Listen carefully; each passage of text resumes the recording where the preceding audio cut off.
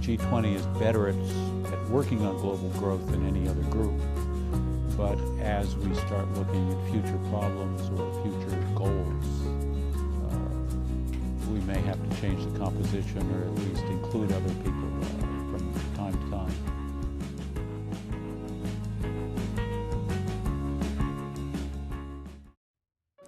You know, the G20 came about because we had a problem that the G7 couldn't solve.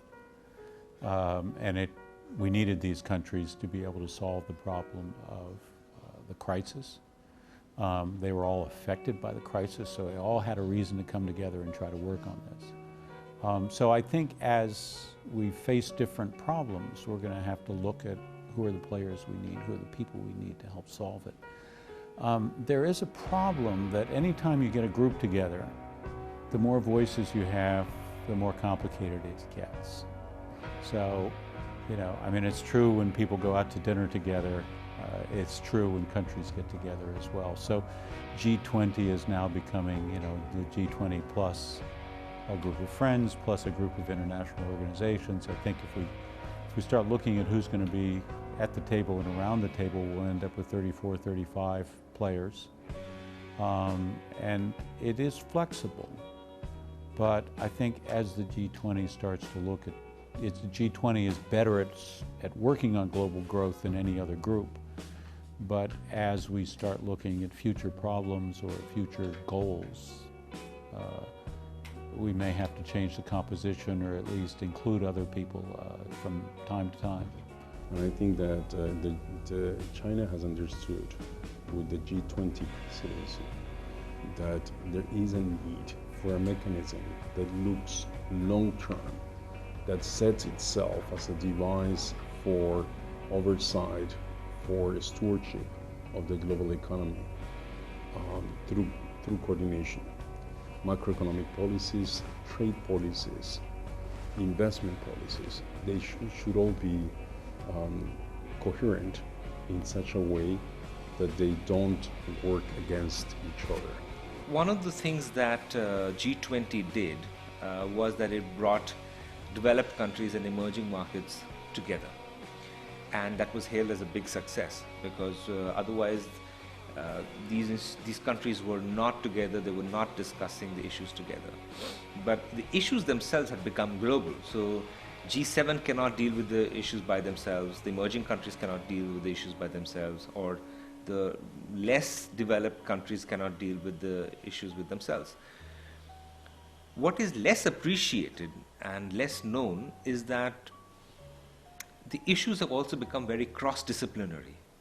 In an interconnected economy, everything depends on everything else. So trade cannot be left to World Trade Organization, and you cannot leave sustainable development to United Nations, and you cannot leave banking regulations to Bank of International Settlements. So it's all integrated, and energy markets cannot be left to International Energy Agency, and regulations cannot be left to IOSCO. So G20 enabled a discussion to take place on cross-disciplinary issues. It brought all of it in one fold, but it was able to discuss issues that are more cross-disciplinary, and that is the biggest benefit of G20. And it is the place to coordinate policies among the major economies, which does not contradict other fora where policies are coordinated and where all countries can participate, like the UN system, the OECD, the multilateral development banks. The G20 has not proven very effective in several areas, and there is room for improvement.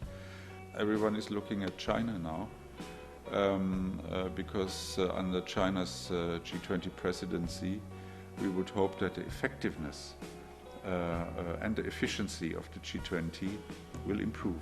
So the lack of proper coordination is possibly the major problem that we face in the world today. And this is a problem not simply because interests differ across countries, but also because the institutions that we have don't permit coordinated thinking about coordination.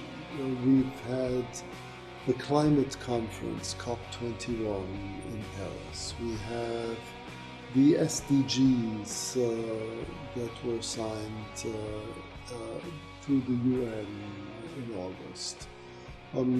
We have initiatives that the G20 has started in terms of social inclusion, W20, business, B20, and C20, different initiatives. We have many different groups concerned with many different issues. And these issues all interlock with one another, and the world needs more coherence. The G20 could become a major implementer of these many different initiatives. They could become an implementer of the Sustainable Development Goals. They could implement the climate agreement.